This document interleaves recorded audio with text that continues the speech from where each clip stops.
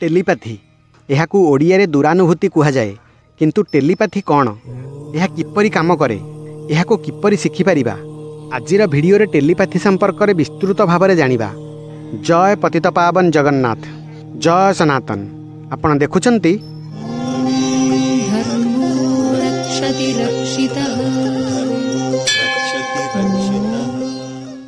Telepathy दुईटी शब्द को नहीं होईछि।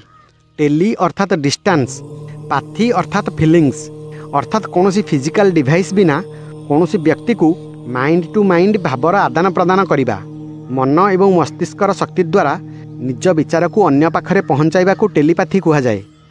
टेलीपैथी को कौन व्यक्ति निज आवश्यकता अनुसार व्यवहार करिपारिबो। जेपरि आपण कौन रुषि थिबा व्यक्ति को मनाई पारिबे किंबा कौन खराब अभ्यास छड़ाई पारिबे। किंतु एही टेलीपैथी को अभ्यास एवं व्यवहार करिबा पई किछि नियम मानिबा को पड़िबो। आसंतु एही नियम विषय रे जानिबा। प्रथमे जानिबा उचित जे आपण जेउ विचार को अन्य पाखक पठाइबा पई चाहुथांती ताहा केउ समय रे पठाइबे। एथिपाई सबुठु उपयुक्त समय हेउछि रात्रि काल। रात्रिर 11टा परे आपण एही प्रक्रिया करि परिबे, कारण एही समय रे परिवेश पूरा शांत थाए एवं आपणक मन भी शांत थाए। एही समय रे अन्य व्यक्ति मध्य सोई थाए जहा पाखक आपण निजर विचार पठाइबा को चाहुथांती। जेतेबेले सेही व्यक्ति सोई थाए ताहार अवचेतन मन खुला रही थाए। जेहेतु सेही व्यक्तिर अवचेतन मन खुला थाए तेणु आपणक मेसेज सहजरे ग्रहण करिनिए। सेथिपई आपणकु रात्रि काल रे एही विचार को पठाइबा को हुए। द्वितीय हेउछि एकाग्रता।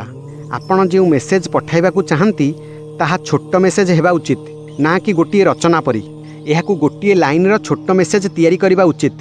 एही लाइन को पूरा एकाग्रतार सहित बारंबार निज मनरे दोहराइबा उचित। एही समय रे मनरे अन्य कोनोसी विचार आसीबा उचित नुहे। जदि अशांत मनरे बिना एकाग्रतार एहा करिबे तेबे एहा सफल हेबो नाही। कारण एकाग्रता समय रे आपण जेउ एनर्जी लेवल रे पहुँचबे सेही एनर्जी लेवल रे जेउ काम करिबे सफल हेबे। सेतेबेले आपण यूनिवर्सल कन्सियस रे पहुँची जिवे। सेतेबेले आपणकर भाइब्रेशनल फ्रिक्वेन्सी सेही व्यक्तिर फ्रिक्वेन्सी सहित समान होई जाए। कारण सेही व्यक्ति गभीर निद्रा रे संपूर्ण शांत थाए एवं आपण भी शांत थिबे। जेमिति रेडियोर ट्यून मिसी जाए सेमिति आपण दुहिंकर ट्यून मैच हो जाए एवं आपणकर मेसेज सेंड हो जाए। तृतीय रे हेउछि भावना, इमोशन। कारण आमर भावना आम विचार ठारू बेसी बलवान।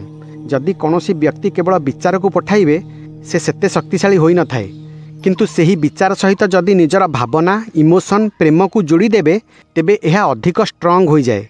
उदाहरण स्वरूप आपण देखिथिबे कौनसी भक्त जेतेबेले भगवान को स्मरण करे, भजन करे, केते इमोशनर सह केते प्रेमर सह भगवान को डाकी थाए। सेथिपाई जेतेबेले आपण मेसेज पठाइबे सेतिकी इमोशन, प्रेमर भावना निज हृदय रे रखिबे। जेतिकी हृदयर सह करिबे सेतिकी जल्दी सेही व्यक्ति सहित जोड़ी हेबे। परवर्ती नियम हेउछि तरतर हेबा उचित नुहे। धैर्य रखिबाकू पड़िबो। एही मेसेजर रिप्लाई केबे आसीबो, आसीबो कि नाही एपरि द्वंद्व रे रहिबा उचित नुहे। आपणଙ୍କୁ केवल एकाग्रतार सहित सेही मेसेज सेंड करिबाकू पड़िबो। मेसेज पठाइबा परे सेठारु ध्यान हटाइबाकू पड़िबो। परवर्ती नियम आपणଙ୍କୁ सकारात्मक मेसेज पठाइबाकू पड़िबो। आपणଙ୍କ मेसेज अपराधिक किंबा अन्यर क्षति हेला भली हेबा उचित नुहे। मेसेज रे अभियोग रहिबा उचित नुहे। अन्य व्यक्ति को अपमानित हेला भली मेसेज रहिबा उचित नुहे। अर्थात यह प्रेमपूर्ण एक प्रार्थना हेबा उचित।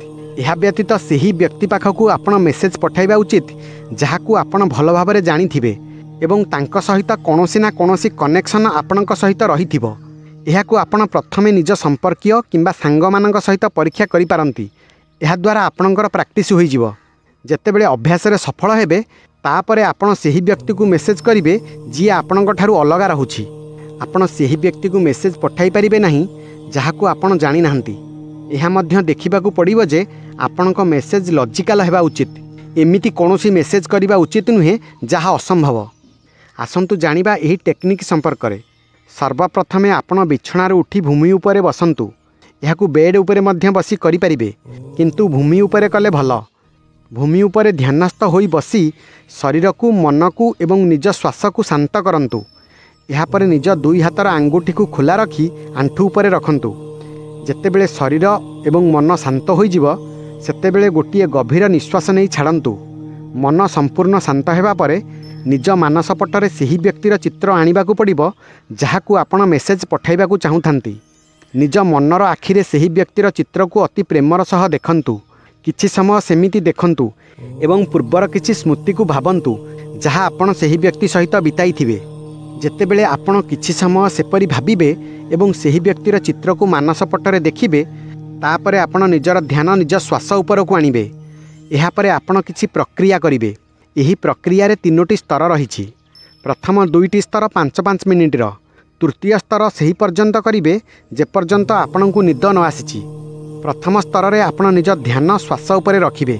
जेतेबेले आपण श्वास भीतर को नेबे सेतेबेले आपणको एही भावना करिबा को हेबो जे आपण श्वास द्वारा ब्रह्मांडर एनर्जी को निज भीतर को नेउछंती। आम आखपाखरे थिबा शक्तिर समुद्ररू एनर्जी को निज भितर श्वास द्वारा भर्ती करिवे। जेतेबेले आपण श्वास नेबे सेही समय रे आपणको आंठू उपरे थिबा आंगुठी निज आड़कू मोड़िबे मुष्ठी करिबा परि। जेतिकी जेतिकी श्वास नेबे सेही अनुसार आंगुठी को मोड़िबे। श्वास भीतर को नेबा परे आपणको हाथ पापुली मुठा रहिथिबो। सेतेबेले श्वास को निज भितर किछि समय रखिबे एवं सही समय रे आपण निज मेसेज को मन भितर उच्चारण करिवे। एहाकू केवल थरे कहिबे। सही व्यक्तिर चेहरा को मन भितर रखी मेसेज को कहि सारिबा परे श्वास को छाड़ी देबे। श्वास छाड़िबा बेले आपण भावना करिवे कि जेउ एनर्जी आपणक भितर थिला एवं जहाको आपण छाड़िले ताहा आपणक मेसेज सहित सही व्यक्ति पाखरे पहुँचुछि। एहा मध्य कल्पना करिवे कि जेउ श्वास आपण मेसेज सहित छाड़िले ताहा तरंगायित होई सही व्यक्ति पाखरे पहुँचुछि। श्वास छाड़िबा सहित निज हाथ मुठा को खोलीदेवे अर्थात एनर्जी को फ्री करदेवे। यह हेउछि प्रथम स्तर। एहाकू 5 मिनिट पर्यंत करने को पड़िबो। द्वितीय स्तर रे यही समान कथा करने को पड़िबो, किंतु फरक खाली एतिकी जे आपण निज श्वास को भितर रखिबे नहीं। समान प्रक्रिया रे श्वास सह एनर्जी को भितर को नेबे, हाथ मुठा बंद करिवे, मेसेज मन भितर उच्चारण करिवे एवं तुरंत श्वास त्याग करी मुठा खोलिबे। यही प्रक्रिया 5 मिनिट करने को हेबो। तृतीय स्तर रे आपण निज बिछणारे सोई जांतु। श्वास को नॉर्मल करंतु। आंगुठी को मूवमेंट दियंतु नहीं किंबा मुंड को हलांतु नहीं। केवल गभीर निद्रा को जीवा पई प्रस्तुत हुअंतु।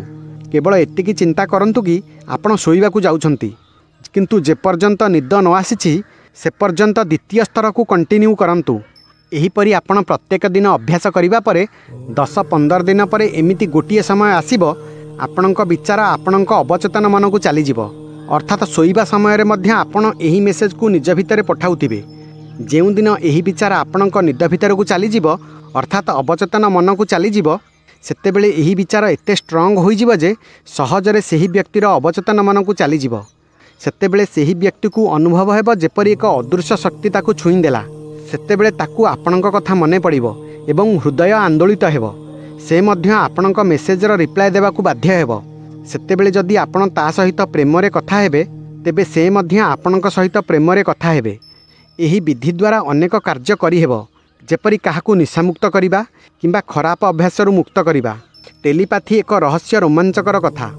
एहाकू शिखिबा संभव, किंतु एथिपई अभ्यास एवं सुस्थ मानसिक स्थिति हेबा अत्यंत जरूरी। जदि आपणकू केबे टेलीपैथीर अनुभूति होईछि कमेंट करी जणाइबे एवं चैनल को सब्सक्राइब करिवे। रहिली। जय जगन्नाथ, जय सनातन।